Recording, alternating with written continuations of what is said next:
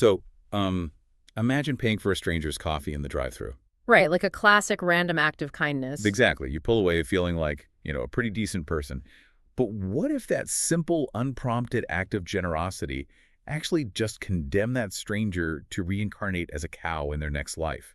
I mean, it is a completely jarring scenario. We are so conditioned to view unprompted generosity as a sign of, like, high moral character. Yeah, totally. But the framework we are exploring today completely upends that assumption. It turns our standard view of altruism into something potentially dangerous. Yeah, today we are doing a deep dive into an essay called The Affection Debt. It was written in January of 2022 by an author named Xu Feng, and it maps out this absolute unforgiving spiritual economy. It really is unforgiving. Right, it's a system where every single action, every borrowed item, and even your unspoken feelings create a literal ledger of invisible debts that just, well, they govern your cosmic fate. And just to frame this for you as we begin, we aren't exploring this as a theological truth we are endorsing or taking sides on. Oh, definitely not. We are just stepping inside this philosophy as a thought experiment. Shui Feng is the founder of a philosophical and spiritual community called Lifechanyuan. And the ideas presented in this essay, they blend concepts of reincarnation, spiritual energy, and absolute accountability. Yeah, and even if you view this purely as a philosophical concept, it forces a complete reevaluation of how you interact with the people around you. It's wild. It really is. So let's start by establishing the basic accounting system before we get into the heavy emotional stakes. Because the foundation of this system rests on 5 specific types of debts. The first 2 deal with the mundane, everyday physical transactions. You have the property debt and the money debt. Right, and the mechanics here operate with the strictness of a bank ledger. A property debt is incurred when you take, borrow, or consume someone else's physical property without replacing it or compensating them. Like borrowing a pen and just keeping it. Exactly. Or if you eat a roommate's yogurt and figure they simply won't notice, that goes on the permanent record. And money debt is, well, precisely what it sounds like, unpaid financial loans. I just find myself wondering how a universe actually audits a missing cup of yogurt. I mean, in this worldview, is there a literal energetic string connecting me to that roommate until the yogurt is returned? Essentially, yes. Think of it as a law of physics rather than a judge with a clipboard. Every transaction leaves an energetic residue. Okay, energetic residue. Yeah, if the transaction is incomplete, meaning the energy only flowed one way, the universe registers an imbalance, you carry that imbalance with you. It is an incredibly strict spiritual credit score. Wow. But the stakes escalate significantly when we move from human property to the macro level, which brings us to the third category, the nature debt. Right, the nature debt. This one really stood out because it implies a literal mathematical equation for our environmental impact. The essay states that anyone who harms nature or others incurs this debt unless they make sufficient efforts and contributions to offset that harm. And it is entirely action-oriented. It's not about feeling guilty or, posting a public apology online. Right, a tweet won't save you here. Exactly. The mechanics of the nature debt require equal or greater energetic restoration. So if an industrial plant pollutes a local river, the executives cannot simply pay a fine to a government entity and clear their spiritual ledger. They can't just buy carbon credits or something. No, they would have to physically or energetically restore that river or contribute an equivalent amount of life-giving energy back into the environment. That is the only way to balance the cosmic equation. So it is a strict one-to-one energetic exchange. If I destroy a tree, I don't just owe an apology. I owe the universe the exact vital force that tree would have provided over its lifetime. Precisely. You have extracted energy from the system, and the system demands repayment. Which brings us to the fourth and most severe physical debt, the life debt. Oh boy. Yeah, the essay takes the old axiom, a life for a life, and strips away all metaphor. If you kill any life, you must pay with your own life. And that phrasing, any life, is staggering. It doesn't just mean murder in the legal sense. It implies that stepping on a spider or swatting a mosquito registers on this exact same ledger. The underlying logic is that life itself is the highest currency in this economy. Yeah. You cannot borrow it, and you cannot casually extinguish it without assuming the full weight of its cosmic value. That is intense. Very. If you haven't paid for taking that life, you carry a life debt. And the penalty for carrying any of these 4 physical debts, property, money, nature, or life, is absolute. The doors to heaven are locked. Completely locked. The essay states clearly that there is absolutely no hope of going to heaven as long as a debt remains. Wow. The cosmic machinery forces you back into the cycle of reincarnation to settle the accounts. There is no ascending until the math is resolved. Man, if the universe is holding on to the receipts for a borrowed pen or a swatted fly with that kind of intensity, I mean, the implications for how we deal with other humans must be insane. With all our messy emotions, unspoken expectations, and complicated relationships, it must be a complete minefield. It really is. And that is exactly where we enter the territory of affection debts, or kingzai. This is the real core of Shuifeng's philosophy. The basic premise is that human interaction is fundamentally an exchange of comfort. Right, receiving physical, psychological, or spiritual comfort from someone else. And if you take that comfort without returning or compensating them, you create an affection debt. Exactly. A subset of this is the debt of favor. When someone extends effort to help you, they are giving you a piece of their vital energy. Okay. If you do not reciprocate, you have taken their energy and kept it, creating a deficit. I mean, that part feels intuitive. It's standard reciprocity, right? Yeah, on the surface. But this is where the essay throws a massive wrench into our moral compass. Yeah. The community of Lifechanyuan has a specific rule regarding favors. And the rule is, do not offer help if someone does not ask for it. Right. Which brings me back to the coffee in the drive-thru. Yeah. Why is an unsolicited act of kindness condemned as cruel in this framework?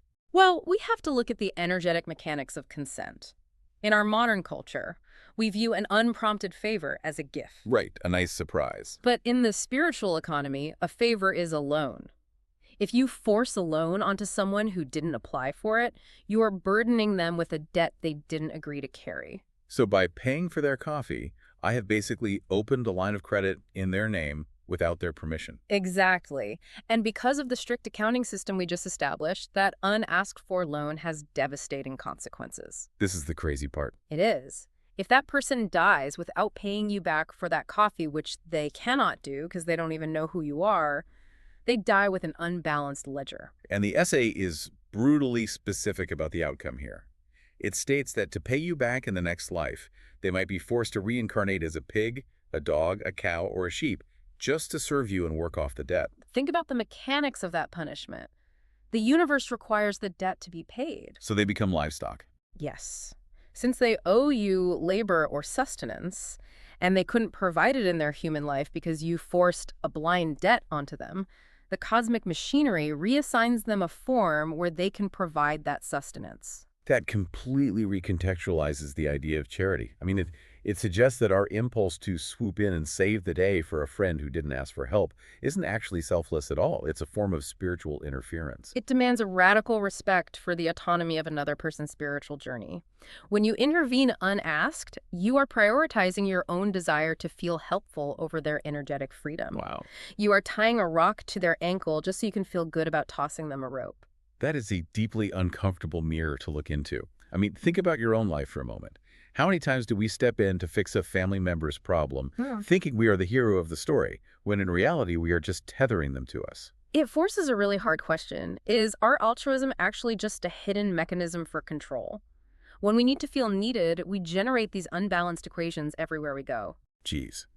So if offering unsolicited advice or paying for a coffee creates a tether that transcends lifetimes, what happens when the emotion isn't just a fleeting favor, but like intense, all-consuming romantic love? That introduces the second subcategory of affection debts. They call it love debts, or kingaizai. Oh. The essay acknowledges a baseline truth. Humans naturally require physical, physiological, and spiritual comfort. A romantic relationship is essentially a closed, energetic ecosystem where two people are meant to provide that comfort to each other in equal measure. But the flow becomes one-directional? Like if one person is constantly absorbing emotional support, physical affection, or spiritual validation, without giving the same level back, a deficit forms. Right. And here's where the mechanics get incredibly subtle. The debt isn't just behavioral. It's not limited to who bought dinner or who compromised on vacation plans. Which is how we usually measure it. Exactly. The essay introduces a concept translated as a predestined relationship, or kingwen. It argues that the internal feeling of attachment itself is a tangible, measurable debt. Wait, the feeling itself? Yes. So if you simply cannot forget someone because of deep affection, or if you feel in your gut that you owe them something, that psychological state isn't just a memory. It's a literal spiritual anchor. Think about how radical that is.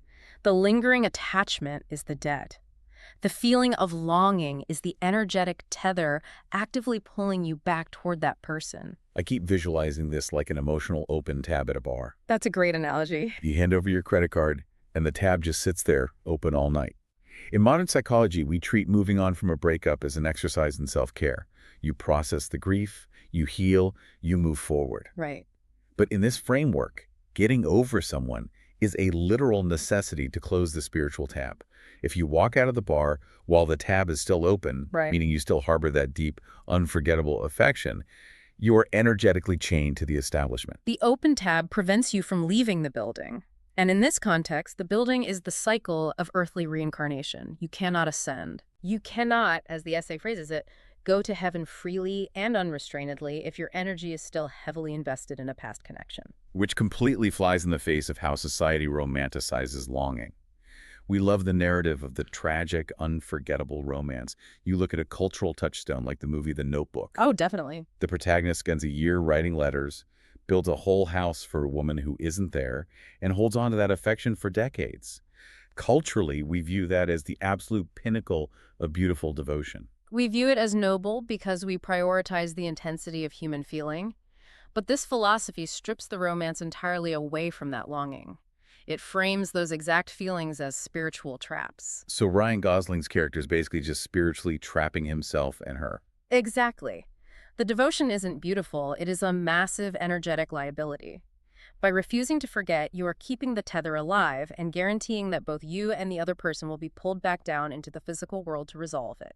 Because your soul is weighed down by the gravity of that unclosed tab, which honestly leaves me in a bit of a panic as we look at the big picture. How so? Well, if we tally this up, I have definitely eaten food I didn't replace, I have a habit of offering unasked advice, and I harbor memories of past relationships that still carry emotional weight. My spiritual ledger is an absolute disaster. How does one actually clear this balance sheet? The good news is the essay doesn't just present the trap, it provides the mechanism for escape. Self-cultivation in this worldview is entirely oriented around striving to repay these 5 debts. Okay, yeah. And it introduces a very specific method to balance the ledger, particularly for heavy energetic deficits like the life debt.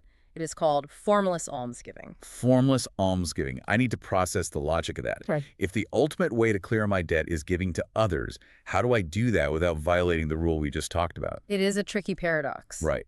If helping someone unasked forces them into a spiritual debt and makes them a cow, how can giving possibly be the solution? To understand how this paradox resolves, we have to look at the timing of when this essay was written. Xie Feng published this on Lunar New Year's Eve in 2022. Ah, okay. A time traditionally focused on settling accounts and clearing out old baggage before the new year starts. Exactly. He uses that cultural moment to advise entering the new year with a clear mind, to give more and take less, with the explicit goal of ending all kinds of worldly ties. So the goal is zero ties. Right. So the question becomes, how do you give energy away without creating a new tie? The answer is in the word formless. It means giving in a way that demands absolutely zero reciprocation and attaches zero identity to the transaction. Wait, so it's like paying off a massive financial debt, but doing it through a shell corporation that immediately dissolves the second the transfer clears. That's brilliant. Yes. The debt is zeroed out, but the universe has literally no entity to send a thank you card to. The ledger is clean, and there is no return address to anchor a new tether to. That is a perfect mechanical explanation. Formless giving removes the sender identity entirely. Think of it like an electrical circuit. A typical debt requires a sender and a receiver to complete the loop. Makes sense. But if you give formlessly, meaning anonymously, without expectation of gratitude, and without even holding on to the memory of your own good deed, you break the circuit. Wow. The spiritual energy satisfies the cosmic deficit and then just dissipates harmlessly into the universe. So the transaction happens, but no ego is involved to catch the return volley. Yes. So if I pay for the coffee in the drive-thru, and I secretly hope the driver sees my car and waves, or even just pat myself on the back for being a good person that has form, that creates a tie. Because your ego is demanding an energetic return on investment, even if it is just an internal feeling of self-satisfaction. But if I give in a way where my identity is entirely erased and my emotional expectation is absolute zero, I clear my own ledger without writing a new line on someone else's page. It requires a profound level of psychological detachment. You are paying into the cosmic bank without putting your name on the deposit slip. It is the only way to repay your debts without ensnaring someone else in the process. It is a staggering way to view human interaction. I mean, we started this deep dive with the mundane mechanics of returning a borrowed pen and escalated into this intricate, energetic web where our most celebrated virtues are actually traps. Right. Things like unsolicited kindness and undying romantic devotion are the very things keeping us trapped. It is a rigorous framework that invites a really deep self-audit. It really does. Think about the people in your life right now. Who have you taken comfort from without reciprocating? Who have you tried to save without their permission? And who are you refusing to let go of because you find comfort in the longing? It forces you to evaluate the gravity of your own connections.